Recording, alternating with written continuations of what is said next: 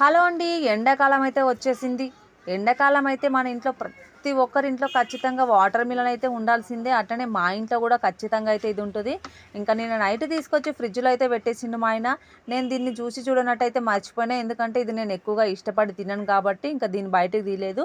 మా ఆయనే ఇక మధ్యాహ్నం అయితే ఎండ ఎక్కువ కొడుతుంది కదా తిందామని చెప్పేసి బయట తీసి ఒక గంట సేపు అయితే దీన్ని బయట పెట్టిండు.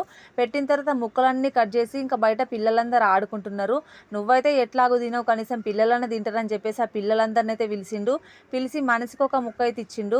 ఈయన పిచ్చి కాకపోతే ఫాస్ట్ ఫుడ్ ఇష్టపడే పిల్లలు ఎవరైనా ఫ్రూట్స్ ఇష్టపడతారా? ఇంకా అంకుల్ మీద గౌరవంతో అయితే మనిషికి ఒక ముక్క అయితే తీసుకున్నారు. ఇక తీసుకున్న వాళ్ళ ముఖాల్లో ఆనందం అయితే లేదు. ఇంకా ఫ్రూట్స్ అంటే ఈ పిల్లలు ఇష్టపడ్డట్టే నాకు కనబడలేదు. ఈ చిన్న పిల్లలు ఇద్దరైతే చాలా ఇష్టంగా తిన్నారు. ఇంకా మా ఆయన అయితే ఒక ఛాలెంజ్ పెట్టిండు అనమాట. ఈ ఫ్రూట్స్ అయితే ఎక్కువ ఎవరు తింటారో వాళ్ళే గెలిచినట్టు, వాళ్ళనే బయటికి ఆడుకునికి పంపిస్తా అన్నాడు. తిన్న తర్వాత తొక్కలేయడానికి అయితే మా అబ్బాయి అయితే చెత్త చాట తీసుకొచ్చి అయితే అక్కడ పెట్టేసిండు. ఇంకా పెట్టిన తర్వాత మళ్ళీ వాడి స్థానంలోకి వాడెళ్ళి తింటుండు, కానీ ఇంకా మాకు కనబడేటట్లయితే కూర్చుంటలేడు.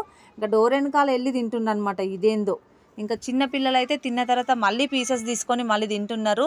వాళ్ళు మేము ఎన్ని తిన్నాము, మేమే గెలిచినామన్న ఎగ్జైట్మెంట్తో అయితే తింటుండ్రు. వాళ్ళు గెలవాలన్న ఆశతోనే తింటుండ్రు వాళ్ళు, కానీ తినాలి అన్న ఆశతో అయితే కాదు. ఇంకా ఈ చిన్న పిల్లలు అయితే వీడు ఫస్ట్ అనమాట. వీడి తర్వాత ఇంకోటి సెకండ్ వచ్చిండు.